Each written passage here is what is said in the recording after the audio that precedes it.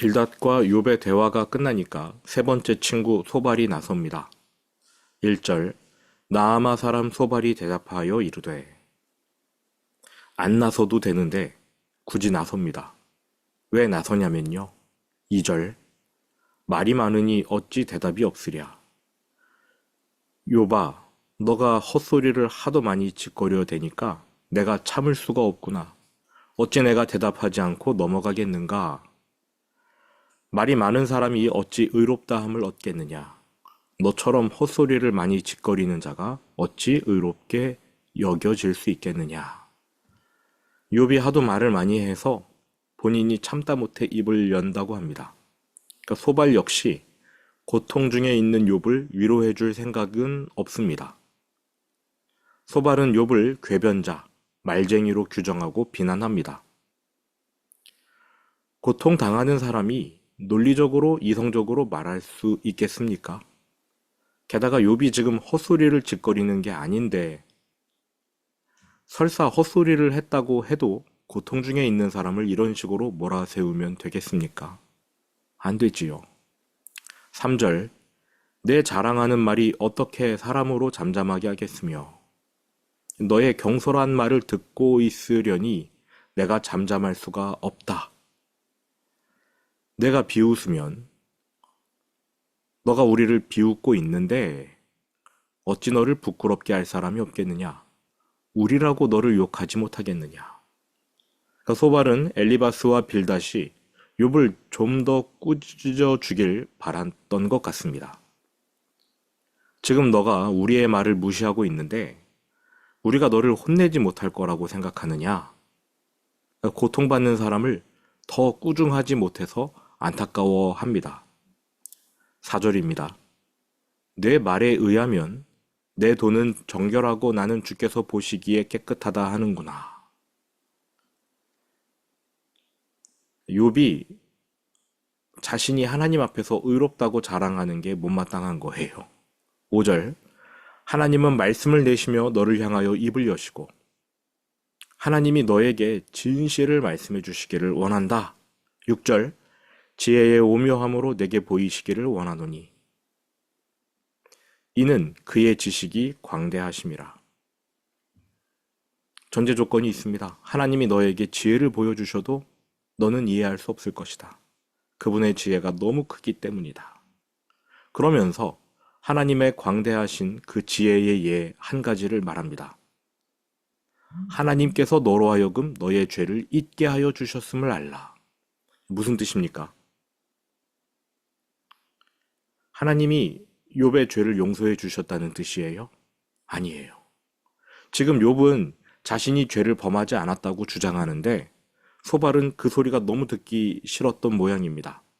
게다가 소발의 생각에는 하나님께서 욥이 지은 죄에 비해 너무 가볍게 벌하셨다라고 생각합니다. 그래서 욥이 죄를 잊었다고 주장하는 거예요. 하나님께서 너로 하여금 너의 죄를 잊게 하여 주셨음을 알라. 그러니까 지금 욥이 막 짓거리는 것은 하나님의 벌이 너무 적어서 욥이 지은 죄에 비해 너무 적게 벌을 내리셨기 때문에 욥이 자신을 의인이라며 건방을 떤다. 이렇게 생각하는 거예요. 하나님이 그러면 왜 벌을 적게 내리셨는가? 너무 지혜로우시기 때문에 우리는 알 수 없다. 그러나 하나님이 그 지혜를 가지고 너에게 벌을 적게 내리셨다. 그래서 지금 너가 건방 떠는 것이다. 이게 소발의 해석입니다. 맞는 말입니까? 일단 하나님의 지혜는 커요. 맞습니다. 하나님께서 하나님의 지혜를 우리에게 알려주셔도 우리는 이해할 수 없습니다. 이것도 맞아요. 그런데 욥이 지은 죄에 비해 하나님께서 너무 적게 벌을 내리셨다? 맞습니까? 그래서 욥이 자신의 죄를 잊었다고 말하고 있습니다. 벌을 너무 적게 받아서 욥이 나는 벌 받을 죄를 짓지 않았다라고 주장하는 건가요? 아니지요. 소발의 주장은 틀렸습니다. 욥이 잘못해서 벌을 받은 게 아니에요. 하나님이 욥의 믿음을 자랑하기 위해 사탄을 허락하셨고 그래서 사탄이 욥에게 고난을 안긴 것입니다. 하나님은 지혜가 너무나 커서 이러한 일들을 허락하시는데 우리는 그 이유를 알 수 없는 거. 소발이 이렇게 말했다면 맞겠지요. 그런데 소발은 그렇게 말한 게 아닙니다. 여전히 하나님을 자신의 인과응보 틀에 가두어 놓고서 하나님이 너에게 적은 벌을 내리셨기 때문에 너가 지금 건방을 떤다. 이렇게 말하고 있는 겁니다. 욥이 큰 죄를 지은 것도 아니고요. 하나님이 죄 때문에 벌을 내리신 것도 아니며 죄보다 더 적게 벌을 내리신 건 더더욱 아니고요. 욥의 고난, 욥의 죄, 둘 사이에 아무 관계가 없습니다. 소발은 입으로는 하나님을 이해할 수 없다라고 말하지만 마치 자신은 하나님을 다 아는 것처럼 떠벌리고 있습니다. 욥이 아니라 소발이 지금 건방을, 교만을 떨고 있는 거지요. 7절 내가 하나님의 오묘함을 어찌 능히 측량하며 전능자를 어찌 능히 완전히 알겠느냐. 욥아 너는 하나님의 오묘함을 알 수 없다. 하나님을 완전히 알 수 없다. 그러니 다 아는 것처럼 교만을 떨지 말아라. 이거 자기 자신에게 해야 되는 말 아닙니까? 8절 하늘보다 높으시니 내가 무엇을 하겠으며 스올보다 깊으시니 내가 어찌 알겠느냐. 그의 크심은 땅보다 길고 바다보다 넓으니라.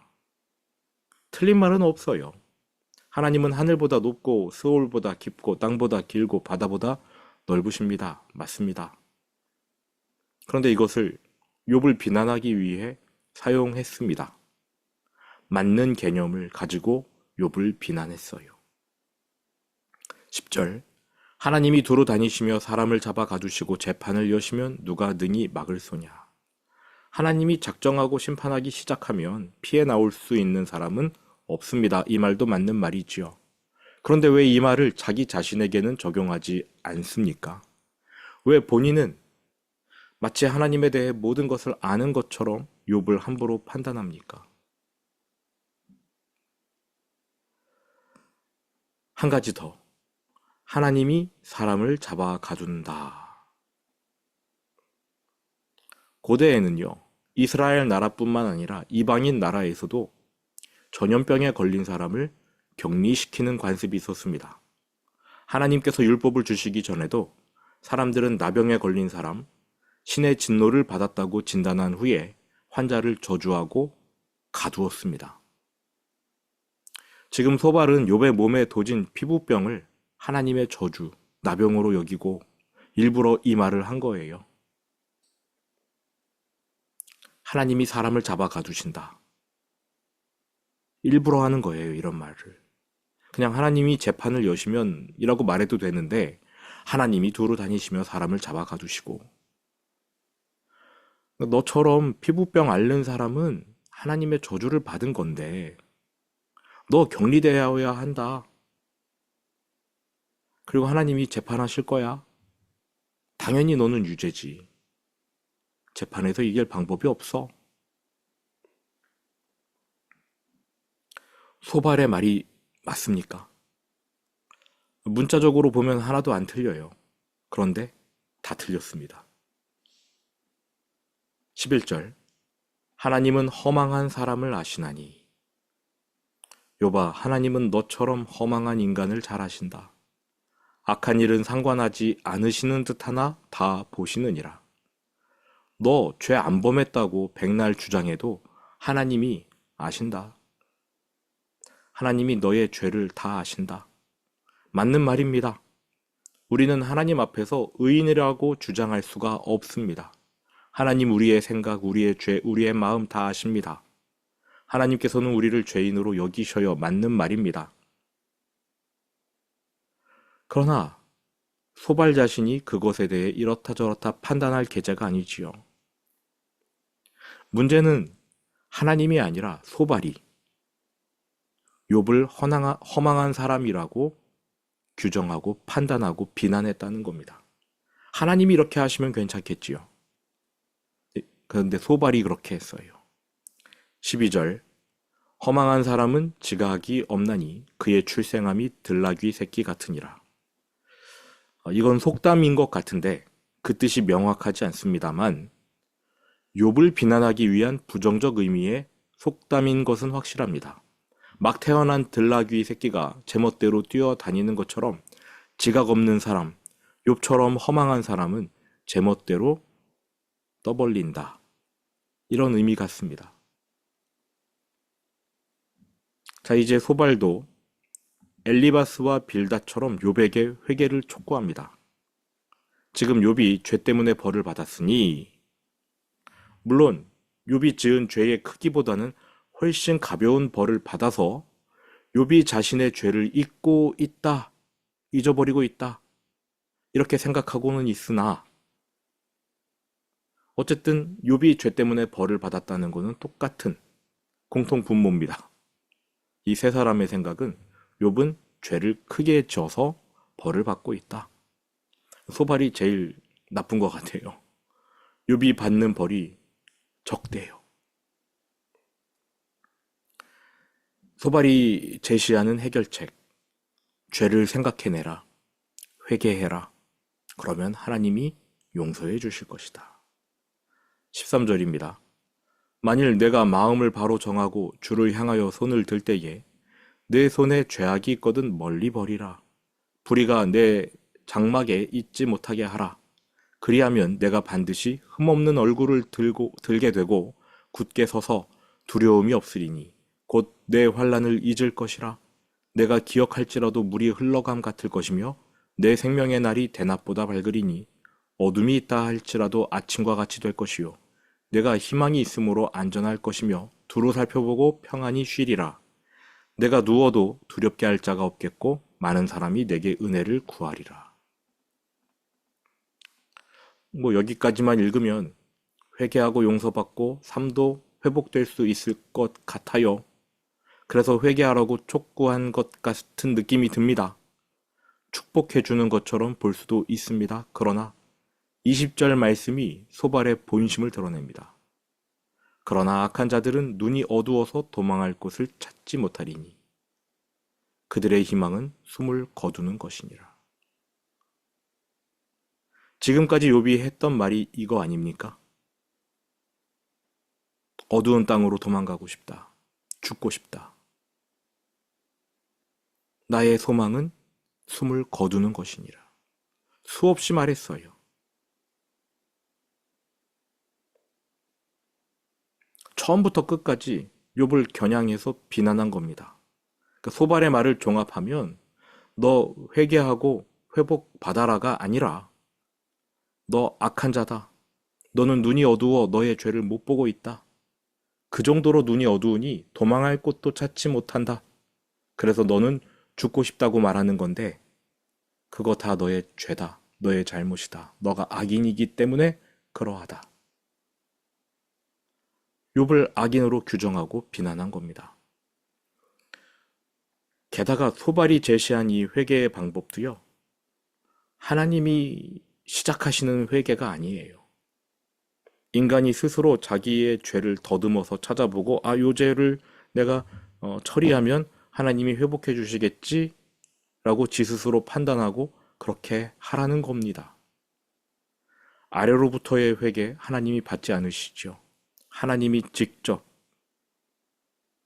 잘못을 깨닫게 하시고 그때 그 마음 성령의 능력으로 회개하는 것만이 하나님께 합당한 회개인데 소발은 너가 알아서 생각해서 회개하라.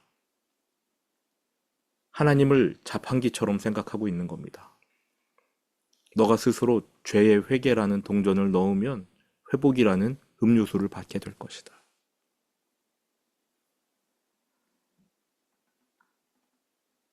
그냥 문자만 보면 다 맞는 말이지만 하나도 맞지 않는 말 소발의 입에서 나왔습니다.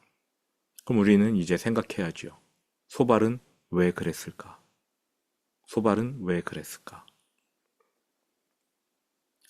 하나님에 대해 너무 자신만만했습니다. 나 하나님 알아. 하나님은 이런 분이야. 라고 너무 확신했던 거지요. 하나님을 올바르게 알더라도 우리가 하나님을 다 알 수 없는데 하나님을 올바르게 알지도 못하면서 그것이 하나님을 다 아는 것인 양 착각하고 생각하고 고집으로 굳어버렸습니다. 성경은 이러한 삶을 교만한 삶이라고 말합니다. 나 더 배울 거 없어 다 알아. 새롭게 듣는 것을 싫어하고 내가 기존에 알고 있는 것이 무너지는 게 너무 싫어서 올바른 가르침이 와도 거절해내는 교만함. 아마도 소발은 그러한 사람이었을 것 같습니다. 내가 아는 게 전부야. 우리는 어떻습니까?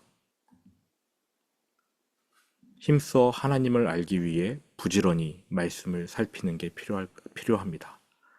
성경은 평생토록 배워야 하고 하나님에 대해서도 평생토록 새롭게 알아가야 하는 그것이 우리 크리스천의 사명이라고 생각합니다. 날마다 하나님을 알아가는 그리고 하나님을 올바르게 배워가는 우리 모두가 되기를 원합니다. 들은 말씀 마음에 새기면서 주기도문으로 예배를 마치겠습니다.